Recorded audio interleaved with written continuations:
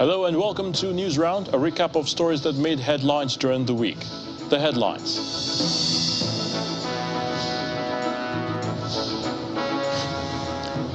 Federal High Court in Abuja convicts DG of the Labour Party Campaign Council Convicts Okupe of money laundering.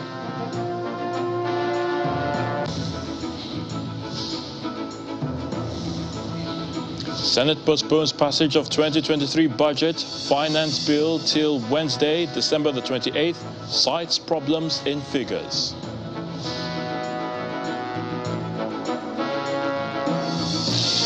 Lagos State Governor Babajide Sanwo-Olu launches the first phase of the Lagos Blue Line rail infrastructure.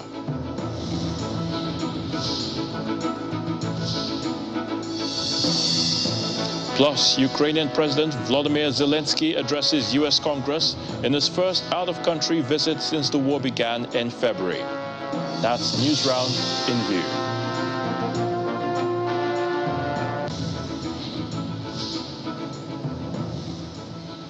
The News Round begins in the nation's capital of Abuja, where Justice Ijeoma Ojukwu of the Federal High Court has sentenced the Director General of the Presidential Campaign Council of the Labour Party, Dr. Convicts Okupe, to 2 years in prison with an option of fine. Delivering judgment, Justice Ojukwu sentenced him for contravening Section 16, subsection 1 and 2 of the Money Laundering Act by accepting cash payments without going through a financial institution in excess of the amount allowed. Meanwhile, Dr. Okupe opted for the fine and paid 13 million before the deadline given by the court. The Director General of the Presidential Campaign Council of the Labour Party, Mr. Convicts Okupe, is at the Federal High Court, Abuja, for the verdict of a suit instituted by the Economic and Financial Crimes Commission. The commission is accusing him of receiving funds amounting to over 700 million naira from the former National Security Advisor, retired Colonel Sambo Dasuki. He is accused of collecting the money when he served as a senior special assistant on media to former President Goodluck Jonathan. His wife Omolara and son Adesukomi took turns pleading with the court to temper justice with mercy. Also, a former governor of Anambra State, Chief Chukwuemeka Ezeife, urged the court to take cognizance of the fact that the defendant was a first-time offender. In her judgment, Justice Ojukwu further held that the Economic and Financial Crimes Commission successfully established its case against the defendant. The court added that it had also observed the defendant's demeanor while his trial lasted, as well as the fact that he had no previous record of conviction. While he was acquitted of counts 1 to 33, the court found him guilty on counts 34 to 59. He was subsequently handed 2 years on each of the 26 charges, though the court rules that the sentence will run concurrently for 2 years. The court refused to make an order for him to be kept in prison custody, as the sentence has the option of a fine. However, he was given until 4 o'clock on Monday evening to pay the fine. So he has been convicted, and then if by the time we get the judgment proper, we will still study the judgment and look at the other counts that he was discharged and acquitted. We will look at it very well and take the necessary decision. Dr. Convicts Okupe is just a victim of a honest mistake and a victim of circumstance. He was found not guilty of count 1 to 37, which borders on money laundering, fraud, corruption, and misappropriation of the monies he took from the office of NSA. But he had issues when it comes to count 38 to 59, which provides that he was guilty of an offense for collecting money in excess of 5 million, which is the permissible threshold under the Money Laundering Act. Nevertheless, the defendant was able to pay the 13 million naira fine as stated by the court. And to the Senate, where the passage of the 2023 budget has been postponed till Wednesday, December the 28th, because of what the lawmakers describe as problems discovered in the budget. President of the Senate, Ahmed Lawan, who announced this during plenary, says the Senate Committee on Appropriation had to begin the process of cleaning up the budget. It's the last plenary session in the National Assembly before the Christmas holiday, and the Senate had slated Thursday, December 22nd, to pass the 2023 national budget. But this is not to be. The Senate President, Senator Ahmed Lawan, announces that the budget will be passed next Wednesday, December 28th, because of inherent problems in the 2023 budget, which President Buhari submitted to the National Assembly. He did not, however, give details of what the problems were. The main reason for this is because the appropriation bill came to the National Assembly with some problems. And when our committees on appropriation in the Senate and the House started to reconcile the figures of what we have done and what was presented, the problems became very obvious and they were not easy to deal with. And therefore, our committees had to start a process of cleaning up the bill first. That process, of course, also engaged the executive arm because the problem came from there. Was concluded yesterday, only yesterday. President Buhari had sent a 19.76 trillion naira 2023 budget to the National Assembly in October for consideration and passage. The Senate devoted more than a month to holding budget defense sessions with heads of government ministries, departments and agencies. Of the Senate. Immediately after plenary, the Senate Finance Committee holds an interactive session with heads of government agencies on the finance bill. The Minister of Finance explains that the bill has various policy areas geared towards tax equity reforms, climate change, job creation and economic growth.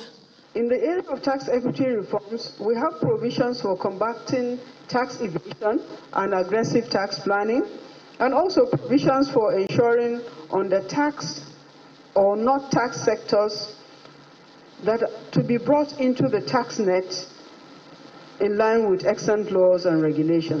The finance bill also proposes that the income of all companies engaged in gaming and lottery businesses shall be taxable under the provisions of the Company Income Tax Act, which applies to all companies registered in Nigeria. Linda Akibe, Channels Television News. At the House of Representatives, there was no mention of the budget. The lawmakers rather hosted the representative of the CBN governor, Mrs. Aisha Ahmed, who came to shed more light on its new cash withdrawal policy. The CBN deputy governor in charge of financial system stability told the lawmakers that the policy is well thought out with no political undertone. Lawmakers in the House of Representatives received the representative of the Central Bank Governor, Aisha Ahmed, who is in charge of financial system stability.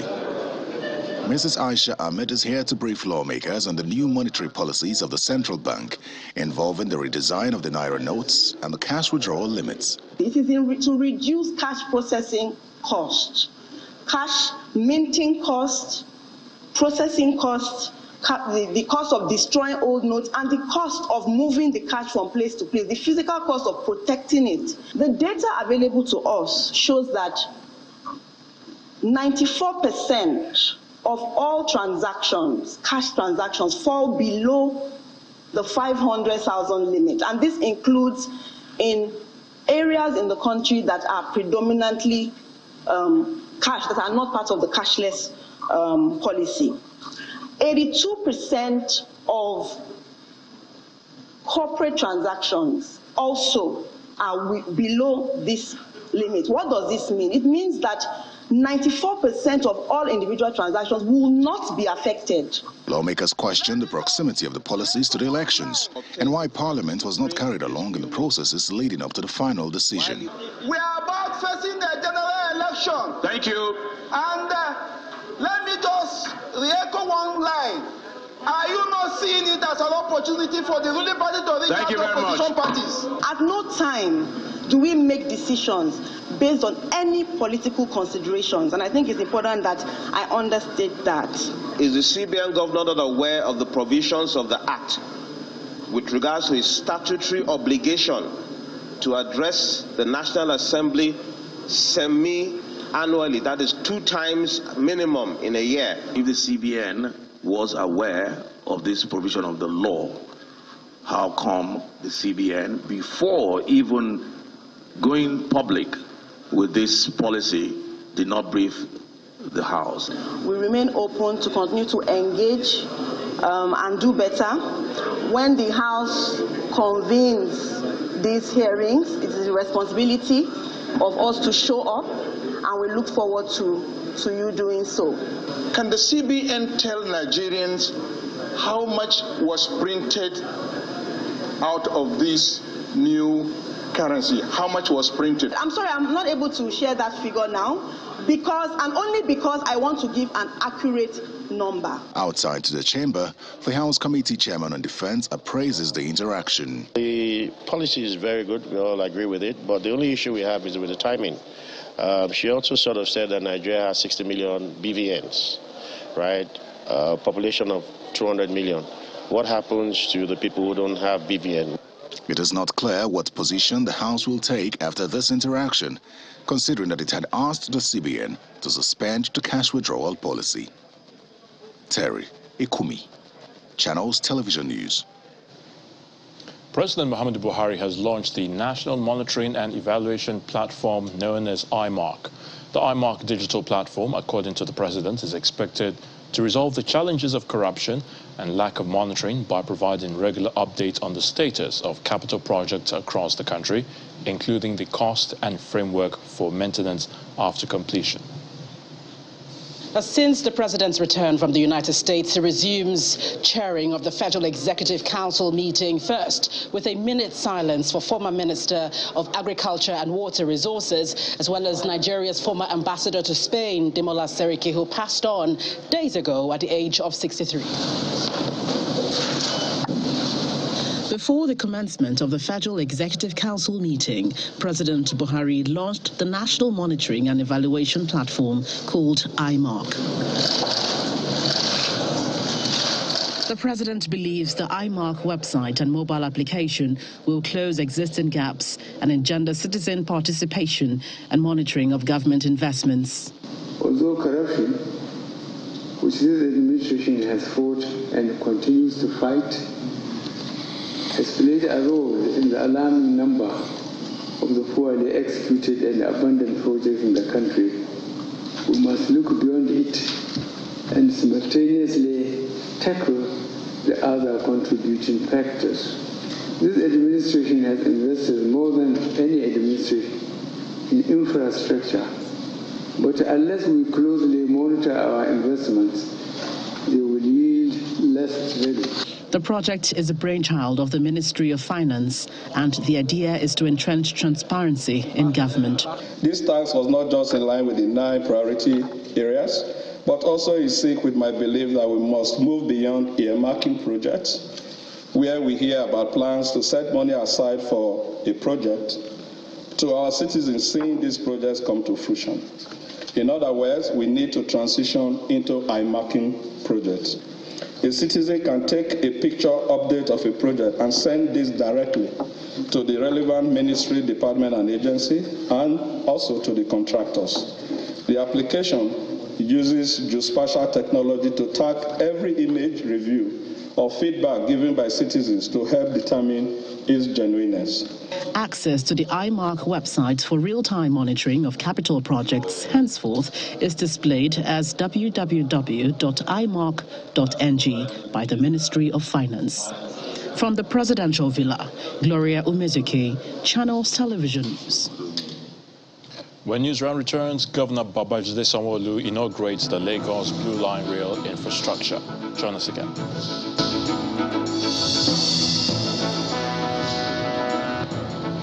Welcome back. The Lagos State Governor Babajide Sanwo-Olu has launched the completed infrastructure for the first phase of the Lagos Rail Mass Transit, also known as the Blue Line.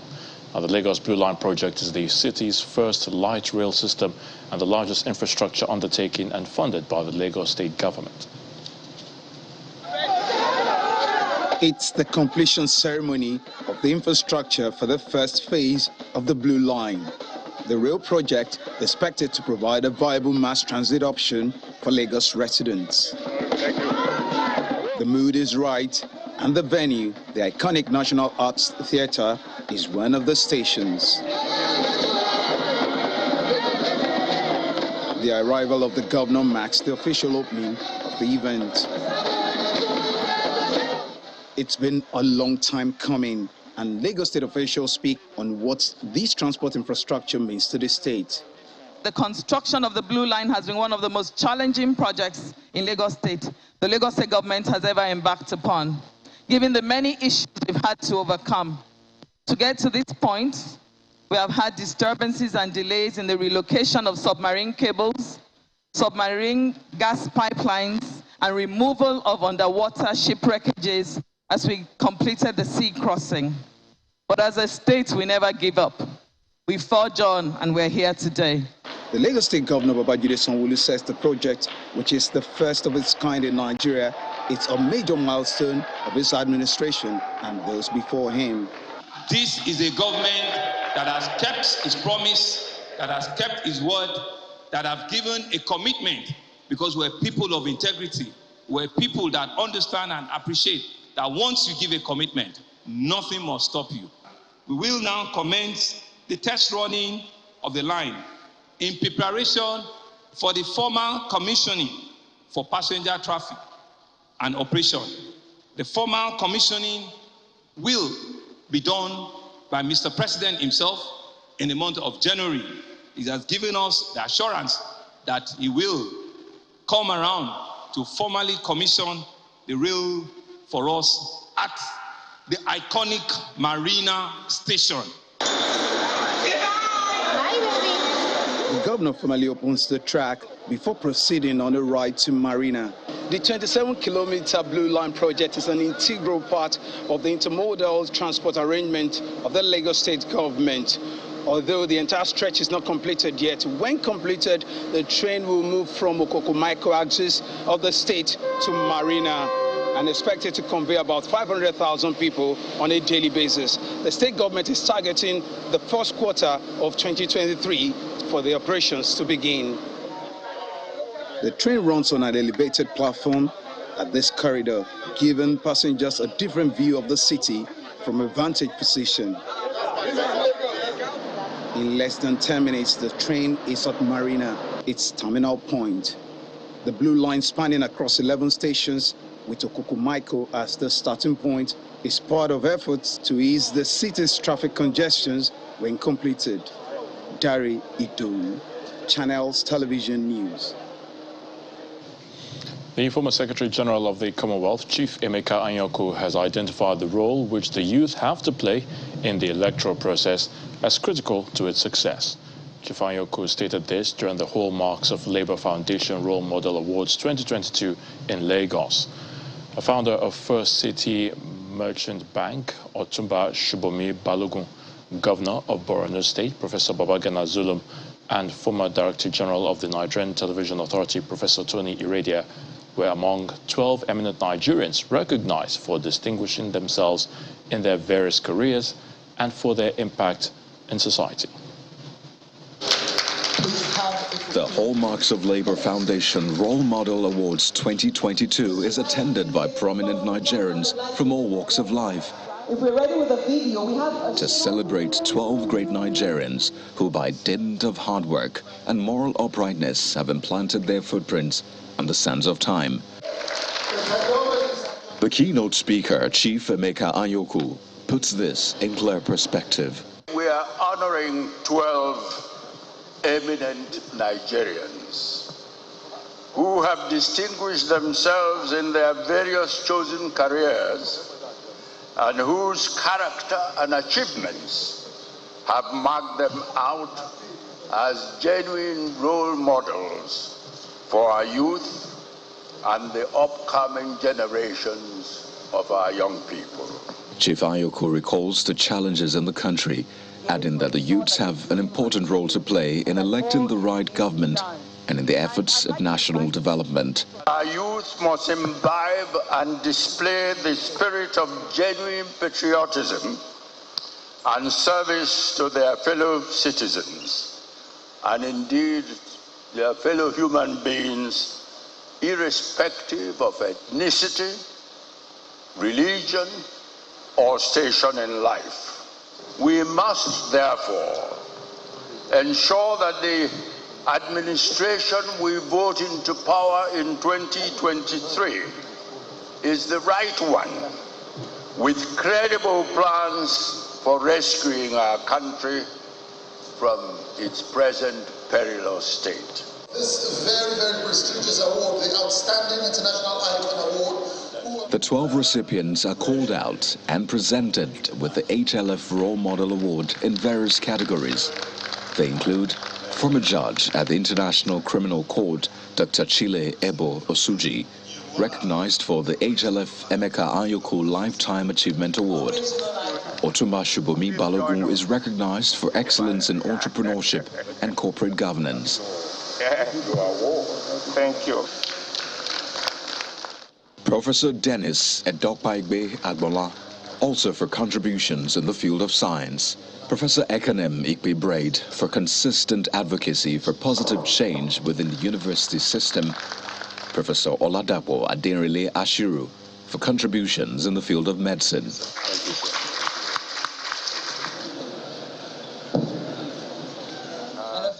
Professor Tony Iradia receives the award for excellence in leadership and professionalism in the media. Just as the Borno State Governor, Professor Babagana Zulum, receives the Role Model Award for excellence in leadership and good governance. He speaks on behalf of the recipients. I recognize your recognition as a call, as well as a challenge to do more for the people that we serve. While I sincerely thank you for this award, I want to dedicate this award to our team, especially those men and women in uniforms. The Hallmarks of Labor Foundation was established in 1996 to promote honesty, hard work and integrity through character emulation and role modeling. So far, 93 Nigerians have been honored with the awards since 1997. Finally, on News Round, Ukrainian President Volodymyr Zelensky has told the U.S. Congress that the tens of billions of dollars of aid it had approved to help it fight a Russian invasion was not charity, but an investment in global security. In his first visit out of his country since the war began in February, Zelensky told lawmakers in the soaring House of Representatives chamber that he hoped they would continue to support Ukraine on a bipartisan basis.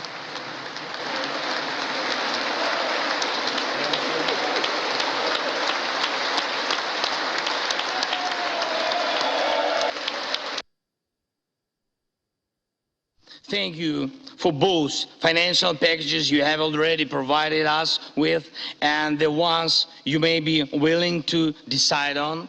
Your money is not charity. It's an investment in the global security and democracy that we handle in the most responsible way.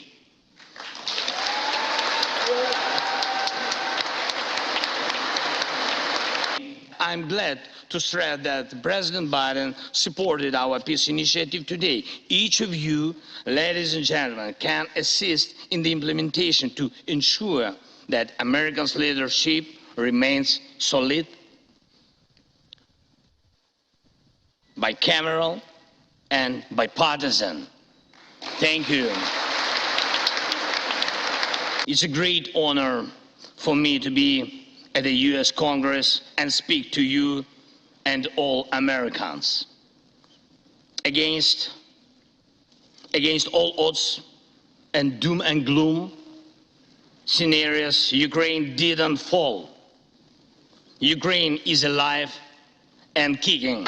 We defeated Russia in the battle for minds of the world. We have no fear nor should anyone in the world have it. Ukrainians gained this victory, and it gives us courage, which inspires the entire world.